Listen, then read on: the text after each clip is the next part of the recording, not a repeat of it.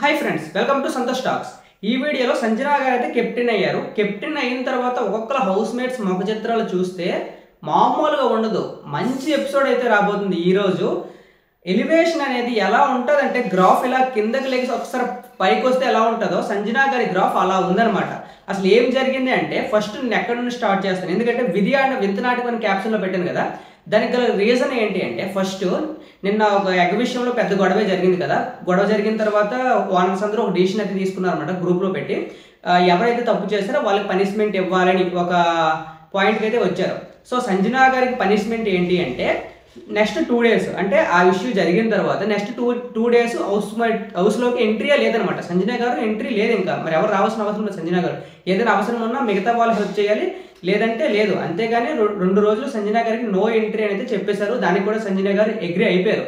Agree అయిపోయి కాసేపు తర్వాత ఏమైంది అంటే బిగ్ బాస్ స్వయంగా సంజనా గారికి కన్ఫెషన్ రూమ్లోకి పిలిచారు.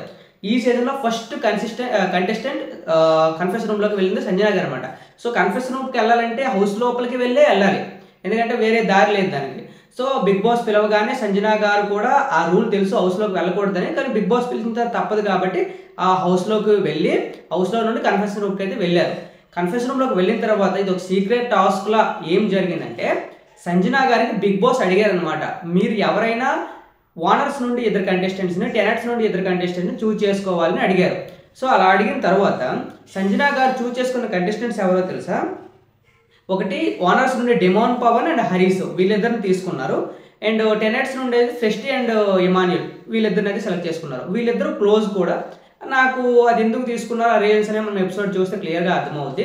సో వీళ్ళ నుండి 2 persons, వాళ్ళ నుండి 2 persons తీసుకున్నారు సంజనా గారు. మొత్తం ఈ 5 members ఒక ఐరన్ రాడ్ అండ్ రోప్తో అయితే ఒక టాస్క్ అయితే ఉండబోతుంది. ఈ టాస్క్లో సంజనా గారు గెలిచి కెప్టెన్ అయితే అయ్యారనమాట.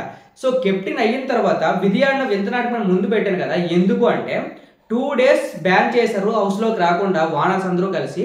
ఈవెన్ హౌస్ మేట్స్ కూడా ఇష్టం లేదు. సంజనా గారి వల్ల పెద్ద ఇష్యూ జరుగుతున్నాయి. అక్కడ షాంపూ బాటిల్స్ కోసం పెద్ద ఇష్యూ జరిగింది, ఎగ్ కోసం పెద్ద ఇష్యూ జరిగింది. సో బ్యాన్ అయితే చేస్తారు కదా.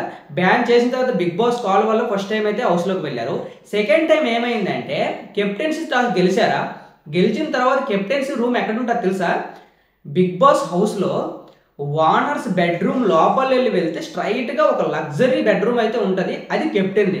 సో వీళ్ళు బ్యాన్ చేసిన కొన్ని గంటల తరువాత సంజనా గారే విన్ అయ్యి ఎవరు పర్మిషన్ లేకుండా తనే స్వయంగా ఇచ్చారు, రాయల్ ఎంట్రీ ఇచ్చారు రూమ్లోకి.